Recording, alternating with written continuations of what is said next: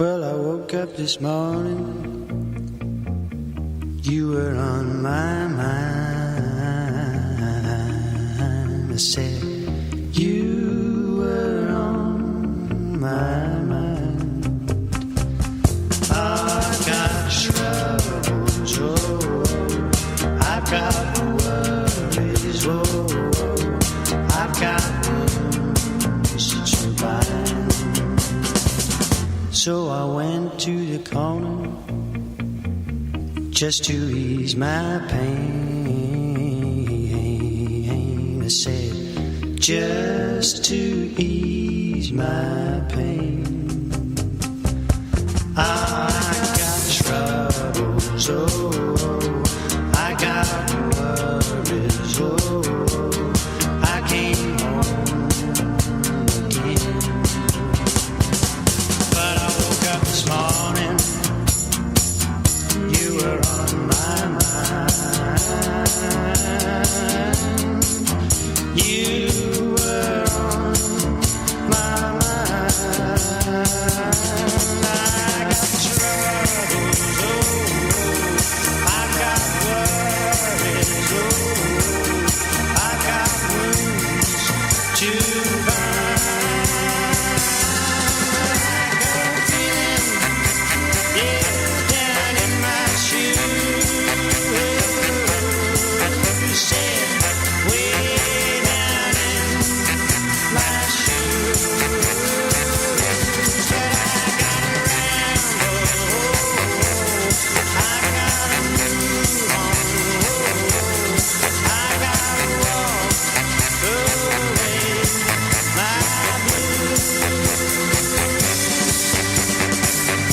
When I woke up this morning, you were on my mind.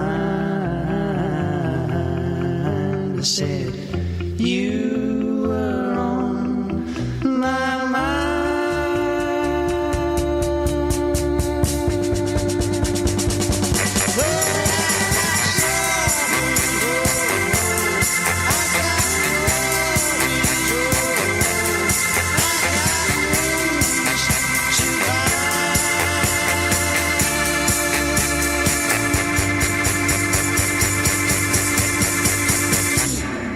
Mr. Crispin St. Peter's. Yes, indeed, and just a horrible end as well, like they do on all that sort of...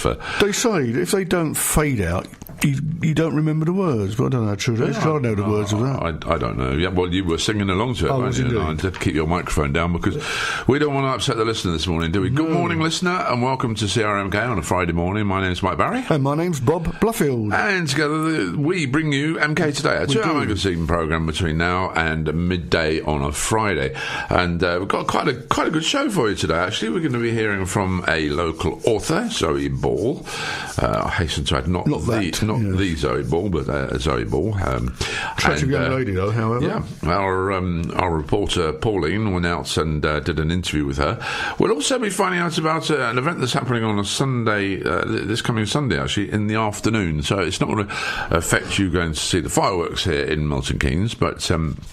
it's an event with an Elizabethan flavour. I'll just say that, and it's got some unusual sort of music to it, which we'll be hearing later on in the show. We'll also be bringing you some what's-ons in and around Milton Keynes, and hopefully with a little bit of luck, because he is at another meeting, but there's a guy here in Newport Pagnell who actually has organised this year's firework event, or has organised a firework event this year, I should say, because it used to be a regular event in Newport many years ago, and then it sort of died a sort of natural death. But he's actually resurrected it, so that will be on this evening here in Newport Pagnell. The gates open at 6:30, and the fireworks go off at 7:30.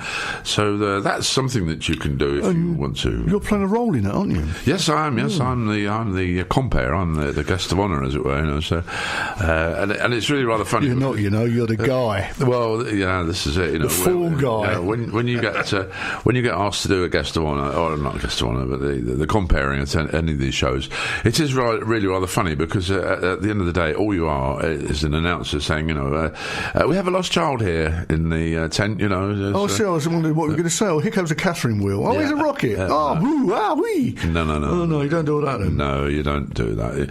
You might sort of ask people to give a round of applause at the end of it, but otherwise, no. You just great song. It's a little bit of daydreaming. It is. What a day for a daydream. What a day for a daydreaming boy. And I'm lost in a daydream, dreaming about my bundle of joy. And even if time ain't really on my side, it's one of those days for taking a walk outside. I'm blowing the day to take a walk in the sun and follow my face on somebody's new mode lawn. I've been having a sweet dream. I've been dreaming since I woke up today. It starred me in my sweet dream, 'cause she's the one makes me feel this way. And even if time is passing me by a lot, I couldn't care less about the dues you say I got. Tomorrow I'll pay the dues for dropping my load, a pie in the face for being a sleepy bulldog.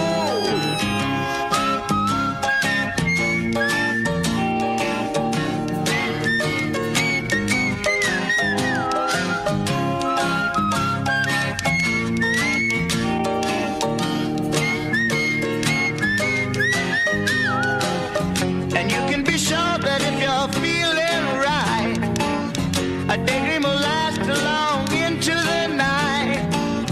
Tomorrow at breakfast you may pick up your ears, or you may be daydreaming for 1,000 years. What a day for a daydream, custom made for a daydreaming boy. And I'm lost in a daydream, dreaming about my bundle of joy.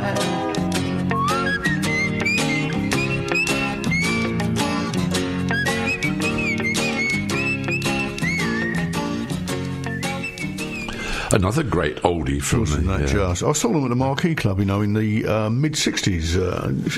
Steve Boone, Yell Janowski, and, of course, the great John B. Sebastian. They were good band, jug band music, I used to call it. Yeah, that's good. We did a programme on them, didn't we, on another station? Yes, we did. Pop and Rock Legends. We did, yes. Great show. That was on a Friday morning as well, wasn't it? It was indeed, yeah. That same sort of time as well, wasn't it? Yeah, it was earlier, wasn't it? It was 8 till 10. Was it really? Yeah, it was a night run, wasn't it? Oh, blimey, okay. The early morning show. Oh, good Lord. There you go. Right, let's have a look at some what's on then before we... Sure, that's a bit early, isn't it? Well, no, just to give us a couple, that's all. Okay, well, we've got some great shows coming up at the theatre. Tickets are already on sale for next year. Mind you, I had my Warhol tickets 2 years ago. I bought those. We've got a great show that I'd like to go and see called The Magic of the Beatles, which is on the 8th of February. Don't know what the price of tickets are. You'll have to go online to have a look. Then we've got Sister Act Live Choir 2 days after that. I thought the Beatles would have been on for a week. It's not the Beatles, of course. It's I don't even know who it is. It doesn't say. It's just playing their music and going through costumes and all that, like Sgt. Pepper era. And then we got one that you'll like, the Carpenter Story, on the 16th of March. Nice. And then we got Fast Love, a tribute to George Michael. There seems to be a heck of a lot of tribute bands about, because at the Stables we've got tribute bands coming up this month as well. And then we've got even another evening I wouldn't mind going to see in May, which is Danny Baker. I think he's quite funny. And the Glenn Miller Orchestra on Sunday the 29th of April. So that's a little bit just at the theatre in Milton Keynes. Just to whet your appetite, we'll be bringing you a lot more what's on the show today.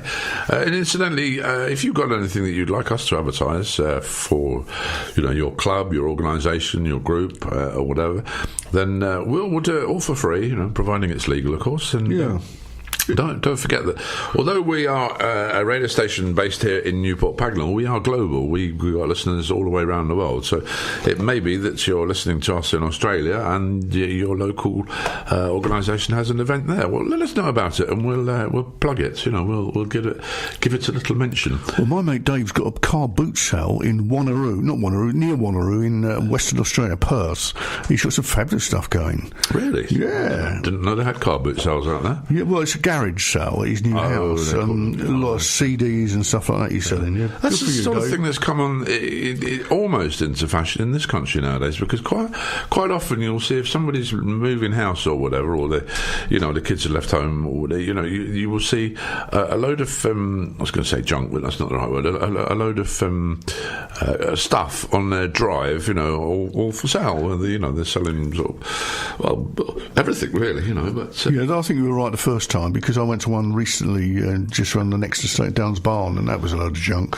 Yeah, but I mean, they say everyone's just junk is somebody else's. Well, indeed, so I was looking at auctions last week. There was a London Transport or Transport Memorabilia auction that I followed on live online on Saturday. I mean, amazing what prices things are going for. A bus stop, the sign itself. Yeah. They were going for a minimum of £90. Some of the station signs, one for the Strand went for £250. Unbelievable. I mean, you used to be able to pick these up for a song many years ago. Yeah. So they are an investment, these type of things.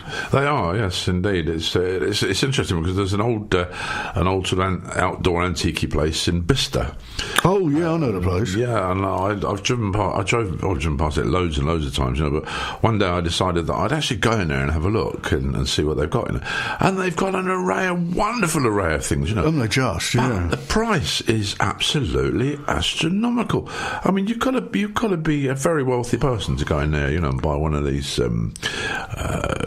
ornaments for the garden, or a bit of memorabilia, like a railway station sign or something like that. I mean, it is. They've got a lot of old chimneys and stuff like that, and fireplaces and all that. But they're very, as you said, very expensive. Very weird couple to run it too. I didn't see them. So I only went in there once, and I didn't get much further than the gate itself, because I realised that my credit card wasn't going to go that far. I did buy a couple of things in there. Can't remember what I bought, but I bought a few bits in there before now. I'll tell you where there is another nice place. I think it's still going. It's over in Rushden, and that's a sort of.